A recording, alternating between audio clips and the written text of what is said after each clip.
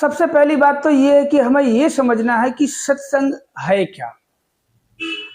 जाने की बात तो अलग है कि सत्संग है क्या, कि हम रोज सत्संग नहीं जा पा रहे हैं और जो रोज सत्संग जाना चाहते हैं फिर भी नहीं जा पा रहे हैं, तो उनके लिए ये वीडियो बहुत ही खास होने वाला है और बहुत ही ऐसी ऐसी बातें आपको सुनने को मिलेंगी कि आप सुनते रह जाएंगे, देखते रह जाएंगे। वीडियो हो सकता है आप बार बार रिपीट करके देखेंगे, क्योंकि देखो सबसे पहली बात तो ये है कि हमें कभी किसी के बारे में जब तक पूरी जानकारी नहीं है तो हम पूरी तरह से उसकी तरफ खींच नहीं पाते हैं। अभी हम सत्संग जाते तो हैं अक्सर, हफ्ते में एक दो, बहुत से बड़भागी लोग हैं ऐसे कहते जो पूरी तरह से अपने आप को गुरुमत के हवाले कर दिया, गुरु के हवाले कर दिया, गुरु के बचनों के हवाले कर दिया है। तो ऐसे संत महात्मा बहुत ही बड़भागी हैं। अभी छोटी सी बात बता देता, अभी एक बहन जी हैं और महापुरुष हैं, अभी हालिया में उनसे हमारी जान पहचान हुई, परिचित हुई है। किसी कारण से वो गलती से उनके मुख से तू ही निरंकार का शब्द निकला कहीं हमारे आमने सामने, तो दास ने बोल दिया कि आप निरंकारी हो, तो बोला हाँ, तो फिर एक दूसरे का निरंकार किया। तो उनसे बातचीत हो रही थी, तो हुआ यूं, पूरी बात बता देता हूँ। मेरे हॉस्पिटल में दिखाने आए थे वो, तो मेरे पास आए, तो वहीं से जान पहचान हुई, तो उनको आना था, तो ऐसे आज फ़ोन कर दिया। तो पता चला कि आप आए क्यों नहीं, तो बोला कि पैर फिसल गया था तो चोट आ गई थी, इस चक्कर में नहीं आ पाई। मैं चोट आ गई थी, थोड़ा ध्यान से रहना चाहिए था। वो पहले भी आई थी, बार बार चोट, चप्पल फिसल गई थी, इसलिए नहीं आए। और सुनने को मिला कि रोज सत्संग जाते हैं, रिक्शा करके, बैटरी रिक्शा करके जाते हैं, रोज सत्संग जाते हैं। जरा सोचो, तो ऐसे नियम बहुत से लोग होते हैं कि 12 बजे सोते हैं, सुबह 4 बजे उठ जाते हैं, तो उनका नियम देखो। और बहुत से लोग होते हैं 10 बजे 11 बजे सो जाते हैं और सुबह 6-7 बजे उठते हैं सो के। जैसे कि मैं रात को 11 बजे उठ सो जाओ, चाहे 11:30 सो जाओ, चाहे 12, चाहे 1, और 7 बजे के बाद ही उठता हूँ मैं। छुट्टी होती है तो और लेट उठता हूँ, 9:30-10 बजे सो के उठता हूँ। तो आज सबसे पहली बात बताता हूँ कि सत्संग, हम सत्संग करते हैं। अब जब तक पूरी तरह से हमें ये नहीं पता कि कहते हैं हर किसी को देखो सत्संग के बारे में तो पता। हम निरंकारी संत महात्मा बहुत बड़भागी हैं जो हमें ये बहुत पूर्ण सत्संग मिला, साध संगत मिली, पूर्ण सदगुरु और पूर्ण निरंकार मिल गया। कहते हैं जिसके लिए हम आए थे इस धरती पे, ये मानुष चोला लेके, और किसकी प्राप्ति करने के लिए आए थे, हम पता नहीं क्या क्या अब तक की उम्र में ना जाने हमने क्या क्या पा लिया, मगर उसे नहीं पाया जिसके लिए हम आए थे। वो एक आपको छोटी सी मिसाल देता हूं मैं, पहले भी सुन चुके हैं आप, सत्संग में बहुत बार सुन चुके हैं, दास के मुख से भी सुन चुके हैं। अभी आपको बताने का मन कर रहा है कि मैं आपको फिर एक बार बताऊं कि हम क्या कर रहे हैं, कि किस कारण दुनिया में आए हो तुम। सोचो जरा भाई, समझो जरा, कंचन सी काया क्यों पाए हो तुम। सोचो जरा भाई, समझो जरा, पाना भी चाहते हो भगवान को, पकड़े भी अब बैठे हो अभिमान को, क्यों बेड़ी पाव में डाले हो तुम। सोचो जरा भाई, समझो जरा।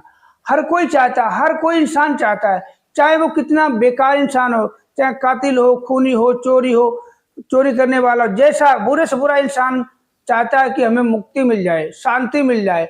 मरने के बाद अक्सर हर कोई शांति पाठ करवाता है। क्या उसको शांति मिली? जो घर छोड़ के चला गया उसको अता पता मालूम नहीं है, और पीछे से उसको आप लोकेशन बताओ कि यहाँ कैसे बताओगे, उसका हमारा कोई कनेक्टिविटी नहीं। सत्संग का मतलब क्या होता है?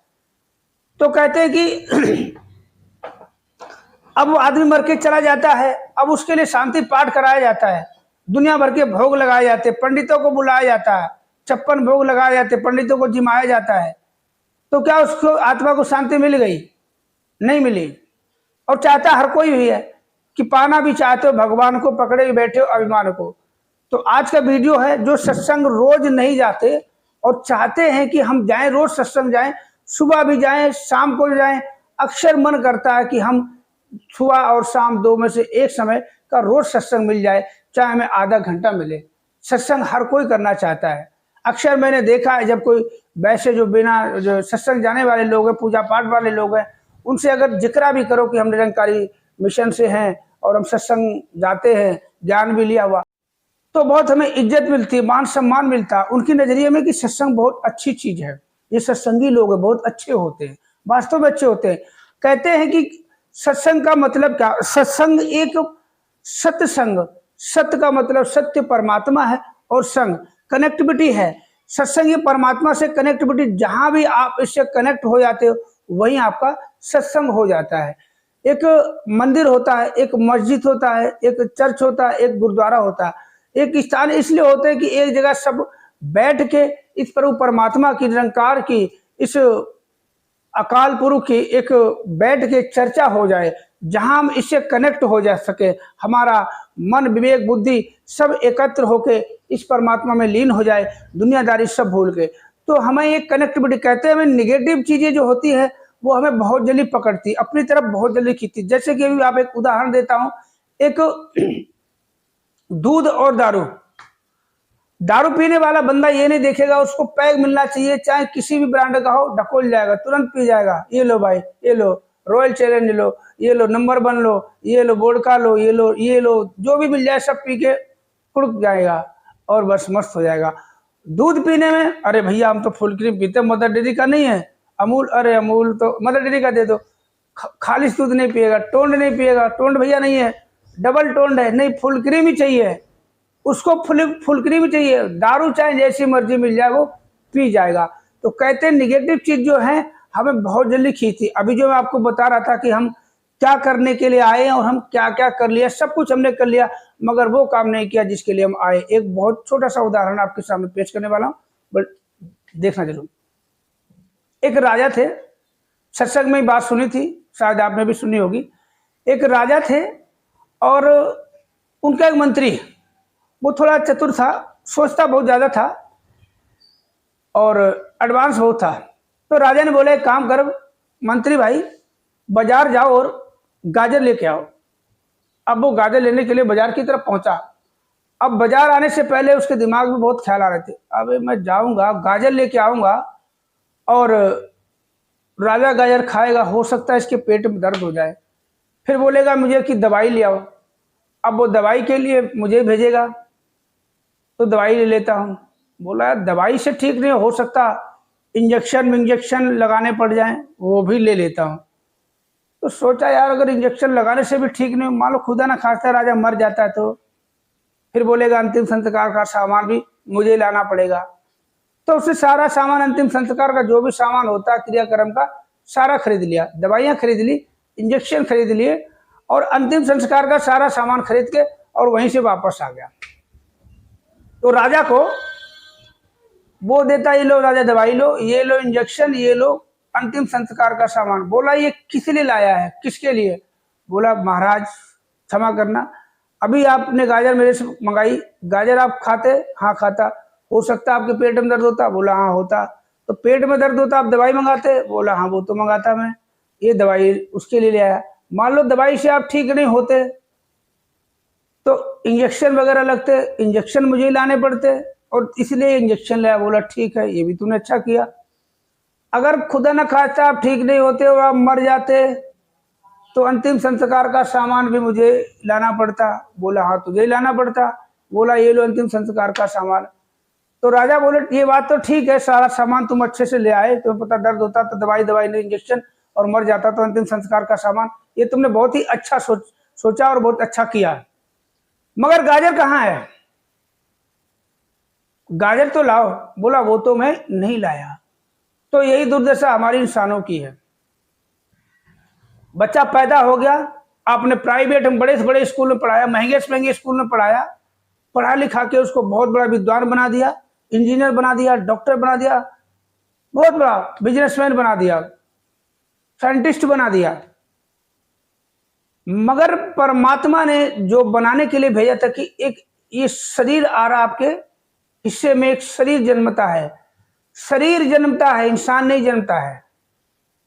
एक माँ बाप के जरिए एक संतान की उत्पत्ति होती है, मनुष्य की नहीं, एक मनुष्य शरीर की उत्पत्ति होती है और उसको इंसान बनाता है। इंसान उसको इंसान बनाता है, सिर्फ तो सिर्फ इंसान बना सकता है। इंसान को इंसान ही इंसान बना सकता है। बड़े ध्यान से सुनने वाली बातें हैं। तो कैसे इंसान को इंसान ही इंसान बना सकता है, एक इंसान को दूसरा इंसान ही इंसान बना सकता है। हम वो कर्म नहीं करते कि एक बच्चा पैदा हुआ है, एक लड़का पैदा हुआ, एक लड़की पैदा हुआ, इसको इंसान बनाना है।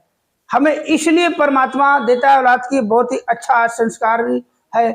आप अच्छा बच्चा होता है तो उसको अच्छे से पढ़ाते हैं, लिखाते, अच्छी नौकरी, सरकारी नौकरी लगा के बना, बहुत अच्छा पैसा कमा रहा, 1 लाख रुपए सैलरी आ रही है, बहू भी बहुत अच्छी मिल गई है, बहू भी टीचर है, वो भी सरकारी स्कूल की, बहुत अच्छे से गुजारा हो रहा है, हमारा बुढ़ापा बहुत अच्छे से कट जाएगा, बहू मेरी बहुत अच्छी संस्कारी है।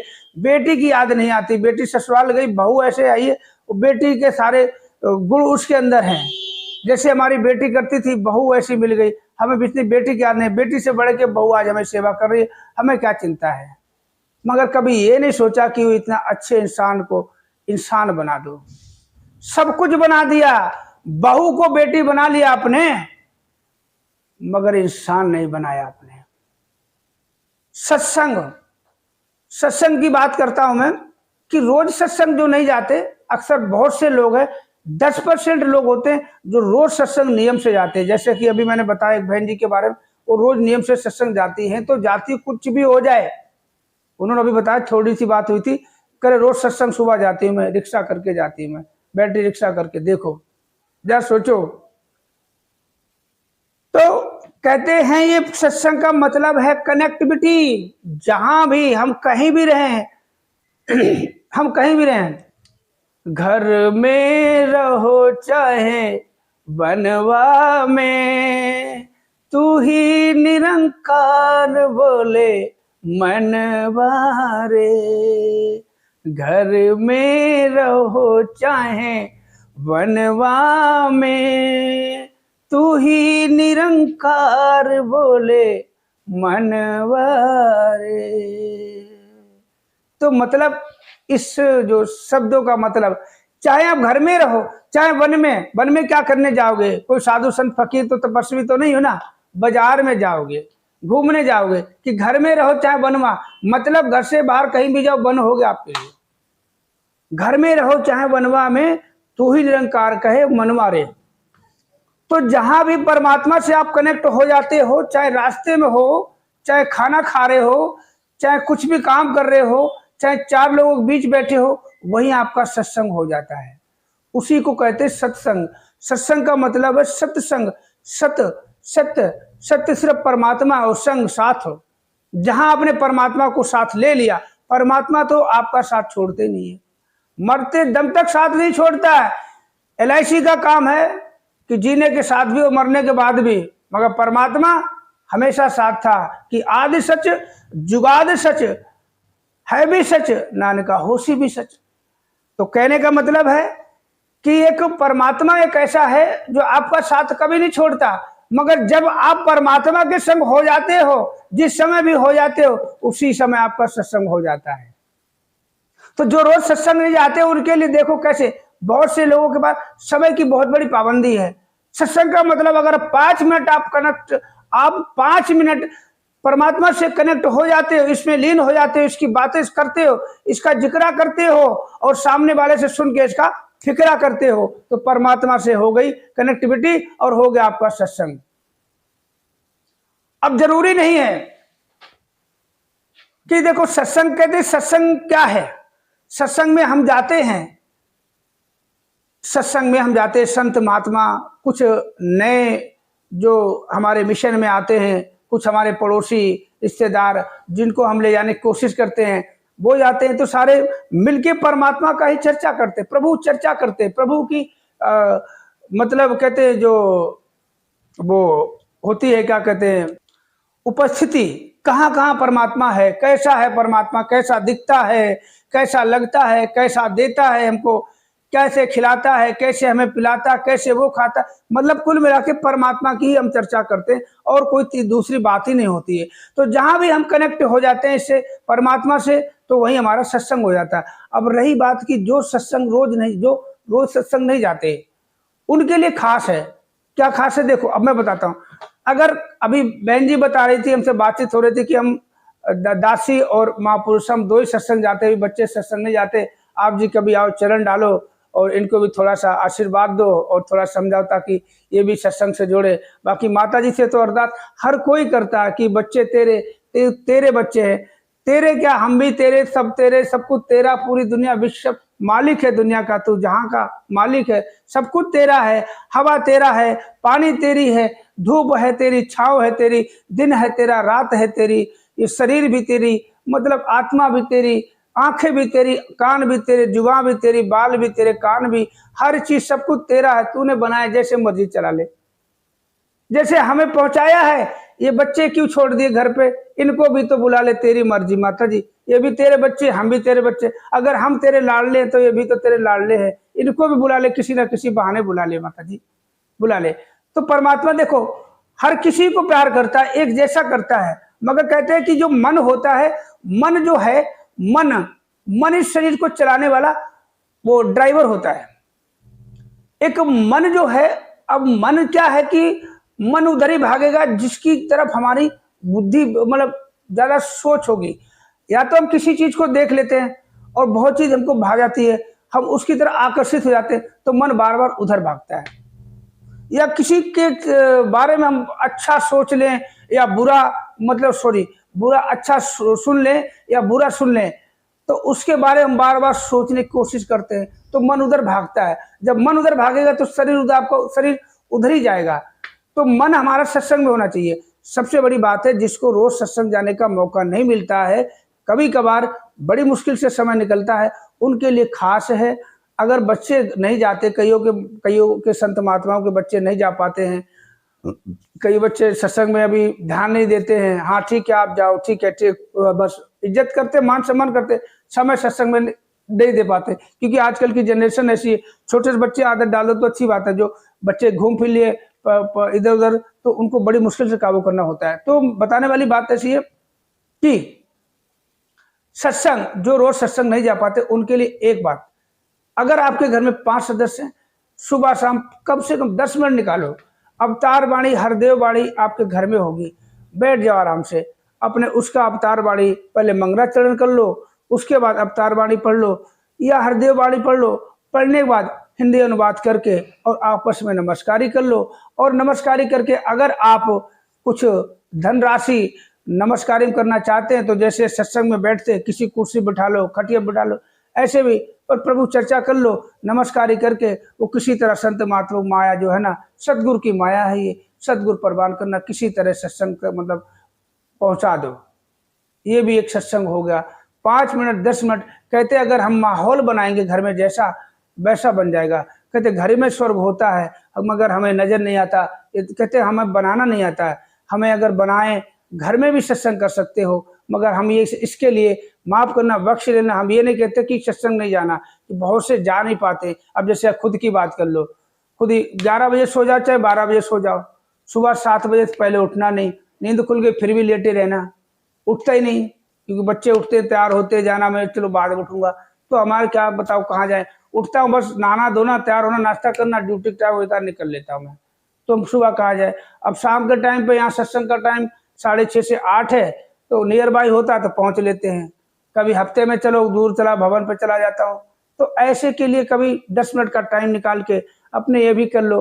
हफ्ते में एक बार सत्संग जाने मौका मिलता है, अगर रोज चाहे 10 मिनट 5 मिनट, कहते हैं ना जो परमात्मा हमें दिन रात हर सेकंड खाने पीने पे हर चीज का ख्याल रखता है। वो हमें चेहरा इतना सुंदर दिया, जुबान इतनी मीठी दी है, कान में आवाज दी, आंखों में रोशनी दी है, पैर इतने जान पैरों में इतने ताकतवर पैर और हाथों में जान दी है। तो परमात्मा के लिए कुछ तो हम कहते हैं ना, जो हमें देता है, खाने पीने को कमा के देता है, जो बच्चा हमें कमा के दे रहा है, सारा कुछ देख रहा, उसके लिए हम उन्हीं पैसों में से उसके लिए कुछ देंगे तो खुशी मिलेगी। कि परमात्मा से कभी मांगो मत, और ना ही परमात्मा को कभी देने की कोशिश करो कि हम ये तुझे देंगे, क्योंकि परमात्मा से यही शुक्र मनाओ कि हमें ऐसी सद्बुद्धि प्रदान करो। हे दातार, कृपा करना सदगुरु माता सुदीक्षा जी महाराज, कि जो तू हमें दे रहा है, ये तन दे रहा, तन इतना अच्छा स्वस्थ तन दिया है, निरोगी तन, कोई रोग नहीं है, आंखों में अच्छी रोशनी है, कानों से अच्छा सुनाई दे रहा है, और जुबान इतनी मीठी दी है, तो कृपा करो ये तन से हम तेरे तेरे लिए कुछ सेवा, तन से सेवा कर पाएँ, आँखों से तेरे दर्शन, संत महात्माओं के दर्शन कर पाएँ, सत्संग के वचन कानों से सुन पाएँ और जाके कुछ अच्छे मीठे सच्चार शब्द हम कुछ कह पाएँ।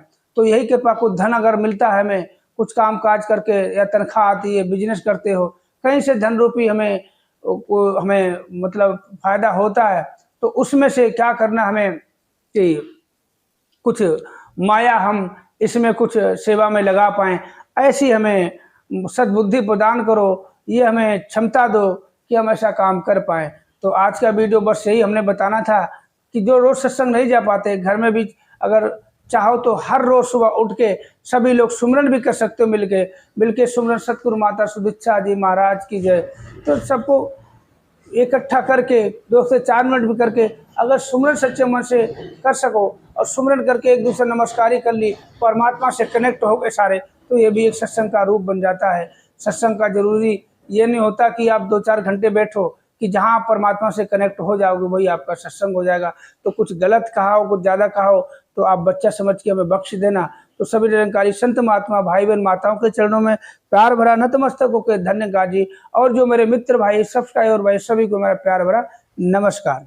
तो वीडियो कैसा लगा कमेंट करके जरूर बताना।